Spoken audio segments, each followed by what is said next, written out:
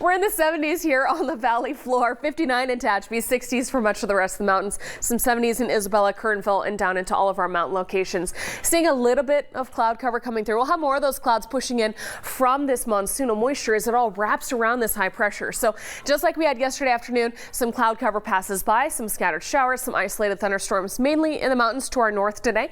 But we'll watch for the next couple afternoons as you see more of that eastern flow continues to come in. So we're staying hot, starting to feel a little humid as well as this rain is evaporating. It'll be pretty scattered at times, but it could continue from not just the afternoon hours, but into Thursday morning as well, charging right over the Kern River Valley. So we'll keep an eye on this the next couple days.